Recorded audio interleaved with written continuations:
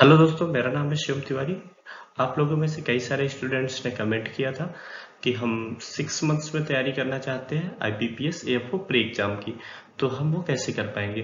तो हम इस वीडियो के माध्यम से आपको पूरी स्ट्रेटेजी बताना चाहते हैं कि आप 6 महीने में इस एग्जाम को कैसे प्रिपेयर करोगे। देखिए, आपको अपने मन से इस एग्जाम का डर हटा देना चाहिए। जो लोग एग्रीकल्चर से हैं और जिनको लगता है कि ये बहुत ही कठिन एग्जाम है, उनको ये डर हटा देना चाहिए कि ये कठिन एग्जाम है भी, ये काफी सरल एग्जाम है। बस इसको बशर्ते आपको एक अच्छी स्ट्रेटजी बनानी पड़ेगी। ठीक है। अगर आप कट ऑफ की बात करें, आप जरा सा सोच के देखिए, जिस एग्जाम की कट ऑफ आउट ऑफ 125 40 जाती हो, 20 जाती हो, 17 जाती हो, उस एग्जाम को निकालना कोई बहुत बड़ी बात नहीं है। बस हमारे पास एक अच्छी स्ट्रेटजी होनी चाहिए। वो स्ट्रेटजी क्या है, हम इस वीडियो में बताएंगे। इस स्ट्रेटेजी के हिसाब से चलोगे तो आपको मिनिमम 50 to 60 की डेफिनेटली आपको आ ही जाएंगे। बस क्या है, मेहनत और ईमानदारी आपके हाथ में। ठीक है, स्टार्ट करते हैं। तो पहली स्लाइड पे जाते हैं। ये है इंग्लिश, मैथ और रीजनिंग, 3 सब्जेक्ट्स आते हैं। जैसा कि आप सबको पता होगा, इंग्लिश आती है, मैथ आती है, रीजनिंग आती है। 50 क्वेश्चंस मैथ के होते हैं, 50 रीजनिंग के होते हैं और 50 ही इंग्लिश के क्वेश्चंस होते हैं। लेकिन इंग्लिश के क्वेश्चन में क्या करते हैं लोग, आधा नंबर का एक क्वेश्चन कर देते हैं, यानी 0.5 मार्क का एक क्वेश्चन करते हैं, जिससे ये 25 मार्क्स का हो जाता है और 125 मार्क्स के पेपर हो जाता है टोटल में। अब इसमें से कितना लाना है, स्ट्रेटजी क्या होनी चाहिए, हमारा गोल क्या होना चाहिए, एक सब्जेक्ट में कितना मिनिमम आना चाहिए। तो देखिए, हम अगर इंग्लिश की बात करेंगे तो इंग्लिश की सेक्शनल कट ऑफ कितनी भी जाएगी, 7 के ऊपर तो नहीं जाएगी, 7 7.5 मैक्स है, इससे ऊपर कभी नहीं जाएगी, है ना। मैथ्स जैसे सेक्शनल कट ऑफ कभी भी 14-15 से ऊपर नहीं जाएगी। और रीजनिंग का है इसी तरह, पेपर टफ भी आता है या सरल भी आता है, तब भी 15 के ऊपर नहीं जाएगी। जाती तो और भी कम है, 5-6 भी चली जाती कभी कभी, किस्मत अच्छी होती, पेपर कठिन हो गया तो ये थोड़ा नीचे हो जाती। लेकिन हम आपको एक मैक्सिमम बता रहे हैं कि इससे ऊपर तो नहीं जाने वाली। तो आपको मिनिमम टारगेट तो ये सेक्शनल कट ऑफ क्लियर करने के लिए रखना है। और कैसे हर सब्जेक्ट को अप्रोच करना है वो हम आगे बताएंगे आपकी नेक्स्ट स्लाइड पे। देखिए, इंग्लिश को आपको बहुत ही रैशनली 3 पार्ट में डिवाइड कर लेना है, जिसमें पहला पार्ट वो कैब का कर देना है, दूसरा ग्रामर का कर लेना है, तीसरा आरसी का कर लेना है। देखिए, वो कैब क्या होता है, जनरली कहा जाता है कि हमें 6 महीने की वो कैब पता होनी चाहिए। मतलब जैसे आपका पेपर 28 तब दिसंबर को है, तो उसके जस्ट 6 महीने निकाल दोगे तो जून के आसपास का समय आएगा। तो जून 28 से आपका वोकेबलरी पता होनी चाहिए। ठीक है। अभी ये आपको बताएंगे कि अगर नहीं पता होगी तो उसका क्या है दूसरा तरीका उसको कवर करने का।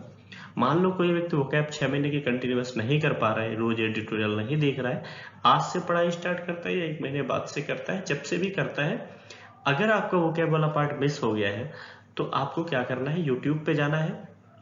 सिंपली क्या करना है, वो कैब निमिषा बंसल मैम को सर्च करना है। 8 घंटे का एक मैराथन वीडियो पड़ा होगा, 11 घंटे का पड़ा होगा, 11-8-19 घंटे का वो कैब, वो आपको अच्छे से कर लेना है। और उसके साथ साथ आज से स्टार्ट करना है एडिटोरियल देखना। किसी का भी एडिटोरियल पकड़ लो, यूट्यूब पे काफी अच्छे अच्छे टीचर्स हैं। जैसे मैं विशाल परिहार सर का देखता था, और संतोष रे सर एक थे अड्डा 247 में, मैं उनका एडिटोरियल देखता था। तो उनमें से कोई एडिटोरियल आप रेगुलर बेसिस पे कर लोगे तो वो कैब वाले सेक्शन अच्छा हो जाएगा। और वो कैब के लिए एक और तरीका मैं बता रहा हूँ आप लोगों को, जो मुझे काफी इफेक्टिव लगता है। एक तरीका ये है कि आप रेगुलर बोलचाल की भाषा में वोकेबलरी का यूज करो। ठीक है। एक तरीका ये हो सकता है, एक तो ये अपना स्टोरी लिख लो, कोई स्टोरी अपने मन से अज्यूम करो, अपना बायोग्राफी खुद का लिखो, उसमें वो वोकेबलरी के शब्द यूज करो। एक पेपर पे बढ़िया सा 4-5 पेज का खुद का बायोग्राफी लिखो, और वो सारे वोकैब जो जो आपने उन मैराथन वीडियोस से एडिटोरियल से पढ़े हो, उनको एक जगह लिख के उनको अच्छे से यूज करोगे तो बहुत अच्छे से हो जाएगा। आपको जरा सा भी टेंशन इसमें नहीं लेने का। ठीक है। नेक्स्ट पोर्शन आता है ग्रामर। ग्रामर में क्या होता है, पार्ट ऑफ स्पीचेस आपको बहुत अच्छे से करनी है। पार्ट ऑफ स्पीच होने के बाद अगर कोई बंदा पार्ट ऑफ स्पीच नहीं कर पाता है तो दूसरा तरीका क्या है, 120 रूल ऑफ ग्रामर्स, चले जाओगे यूट्यूब पे, निमिषा बंसल मैम के 120 रूल ऑफ ग्रामर की मैराथन भी पड़ी हुई है, ऐसे भी पड़े हुए। तो 120 रूल ऑफ ग्रामर के कर लोगे तो वो आपकी जो बैंक में जो ग्रामर आती है उसमें से मैक्सिमम क्वेश्चन उससे फंस जाएंगे। ठीक है। थर्ड पोर्शन होता है आरसी। आरसी के लिए आपको क्या करना है, रेगुलर आपको एडिटोरियल पढ़ना है। एडिटोरियल में जब पेपर के 3 से 4 महीने बचे या 2-3 महीने बचे, तब आपको डेली एक आरसी सॉल्व करनी है। ठीक है, वो भी बहुत इजी वाली, और दूसरी सॉल्व करनी है बहुत ही टफ वाली। तो एक हर लेवल की आरसी आपको, एक सुबह, एक शाम, एक दोपहर, 2-3 टाइप की आरसी। सरल वाली क्या कह रहा हूँ, सरल वाला ऐसा नहीं होता कि आप जाके टिक लगाओगे उसको सरल बोल दोगे। ऐसी टफ आएगी जिसको आप कभी कर नहीं पाओगे उसको कठिन बोलते हैं, ऐसा नहीं। सरल एक स्टोरी बेस्ड टाइप की होती है, उनको सरल जनरली लोग मानते हैं। और जो इंटरनेशनल रिलेशंस पे होती है, इकोनॉमिक्स पे होती है, और जो कुछ इंटेलेक्चुअल चीजों पे होती है, तो उनको थोड़ा टफ माना जाता है। तो एक तो इंटरनेशनल ट्रेड पे आएगा, वार पे आएगा, इंटरनेशनल रिलेशंस पे आ जाएगा, इकोनॉमिक्स से आ जाएगा, उनको आप कठिन मान के वैसे ही आरसी सॉल्व कर लो, और एक आपको स्टोरी बेस्ड कर लो। ठीक है, तो इतनी प्रैक्टिस आपको मिनिमम होनी ही चाहिए। अरे इसके बाद क्या करते हो, इसके बाद आपको खूब सारे मॉक लगाने हैं। इस पेपर को, प्रिलिमिनरी एग्जाम को निकालने का सबसे अच्छा तरीका है आपकी पढ़ाई के साथ साथ आप कितना प्रैक्टिस कर पा रहे हो। प्रैक्टिस से एग्जाम निकलता है। ये एग्जाम में अगर आप बहुत अच्छा बैच ले लो, केवल पढ़ाई करो, तो मुश्किल पड़ जाता है निकालने में। आप बहुत मिनिमम जो जो पढ़ना जरूरी है उसको पढ़ो, खूब सारे मॉक लगाओ, तो बहुत आसान हो जाता है ये पेपर। ये पेपर केवल पढ़ाई का नहीं है, ये पेपर एक प्रैक्टिस का पेपर है। अगला, हाँ, मैथ है, आता है।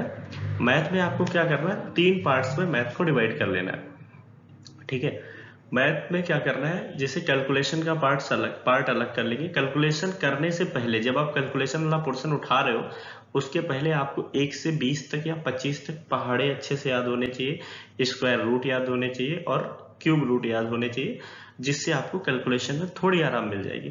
तो सिंप्लीफिकेशन, अप्रोक्सीमेशन को अच्छे से सॉल्व करना है, नंबर सीरीज, क्वाड्रेटिक इक्वेशन, इन सबको कैलकुलेशन अगर आपका अच्छा है तो ये क्वेश्चंस काफी जल्दी जल्दी बनते हैं, कोई इतने कठिन क्वेश्चंस नहीं होते। इसी में नंबर सीरीज में रॉन्ग नंबर सीरीज है ना, इस टाइप कई सारे नंबर सीरीज के टाइप्स आ जाते हैं, सिंप्लीफिकेशन के अलग अलग टाइप आ जाते हैं। जब कैलकुलेशन आपकी अच्छी होगी तो सबसे ज्यादा मजा आपको सिंप्लीफिकेशन की और अप्रोक्सीमेशन या कैलकुलेशन वाले पोर्शन पे आने वाला है, सबसे ज्यादा मजा। बस क्या है, आपकी प्रैक्टिस बहुत अच्छी होनी चाहिए। अगला पोर्शन है डेटा इंटरप्रिटेशन। तो इंटरप्रिटेशन का आप एक काम करना, अलग एक सेक्शन कर लेना, जैसे कैलकुलेशन का सेक्शन, एक अर्थमेटिक का और इंटरप्रिटेशन का।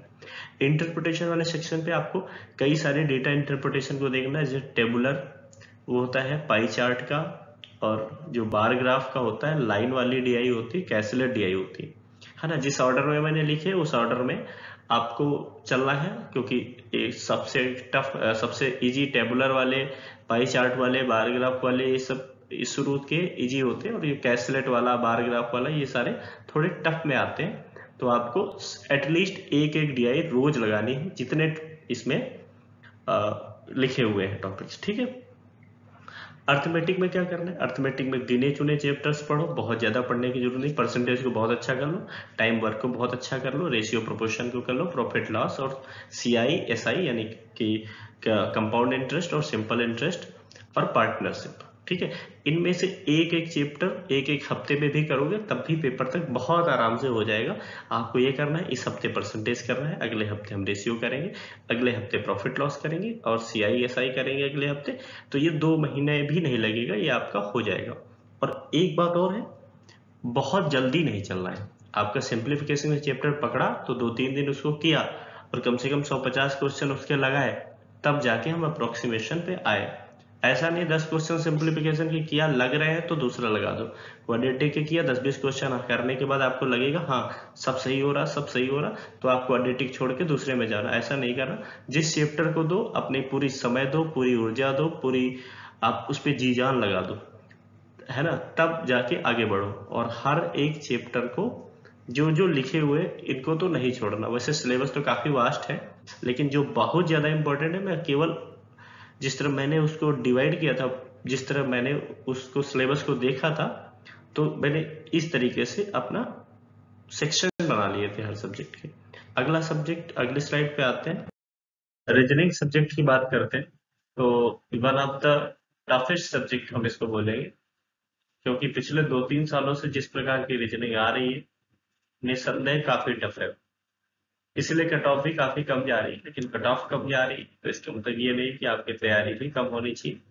आपको पजल और सीटिंग अरेंजमेंट से बचना नहीं है। अगर आपको अंकों का एग्जाम निकालना है, आपको एनी हाउ पजल सीखना पड़ेगा, एनी हाउ सीटिंग अरेंजमेंट सीखना पड़ेगा, और हाई लेवल के सीखने पड़ेंगे, मल्टी स्टोरीज के, और चेयर का जो होता है circle, out facing, inside facing, सभी को अच्छे से करना पड़ेगा।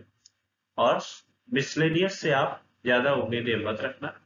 मिसलेनियस जितना भी आएगा आपकी बढ़त के लिए रखना, कि मान लो पजल खराब हो गई तो मिसलेनियस 2-3-4 नंबर दे देगा, इससे ज्यादा उम्मीद मत करना, उससे पढ़ लेना, लेकिन उम्मीद अपनी पजल और सीटिंग अरेंजमेंट से ही रखना। क्योंकि कभी कभी ऐसा हो जाता है 50 में 40 नंबर, 35 नंबर का पजल और सीटिंग अरेंजमेंट ही होता है, और जो 15 नंबर होता है वो काफी ज्यादा टाइम कंज्यूमिंग होता है। तो seating arrangement, seating arrangement, seating arrangement और पजल पजल पजल, आपको 2 पजल और 2 सीटिंग अरेंजमेंट डेली प्रैक्टिस करना ही करना है जब तक एग्जाम नहीं हो जाता। और खूब सारा जितना मॉक हो सके आप मॉक लगाइएगा। पहले टेक्स्ट बुक जैसा मॉक यूज करना, या फिर किसी सरल मॉक को यूज करना, उसके बाद थोड़ा टफ मॉक पे जाना। पेपर डेफिनेटली टफ आने वाला है, कट ऑफ भले कम रहेगी, लेकिन पेपर तो लगभग टफ ही आ रहा है पिछले 2-3 साल 4 साल से देखिए। तो आई होप आप लोगों को ये वीडियो ठीक लगा होगा। अच्छा लगेगा या खराब लगेगा ये तो हम नहीं कह सकते, लेकिन आपको जैसा भी लगे आपको पढ़ना पड़ेगा, और कोई तरीका नहीं। स्ट्रेटेजी देखने से ही पढ़ाई नहीं होती, आप थोड़ा इम्प्लीमेंट करिएगा तो आपको इसका फायदा मिलेगा। Thank you so much. अगर ये स्लाइड्स वगैरह बना रहा हूँ, दूसरा वीडियो है इस पीपीटी बना के, अच्छा लग रहा हो तो नीचे कमेंट करना, ये अच्छा है तो मैं इस टाइप की वीडियो और लाता रहूंगा। Thank you so much.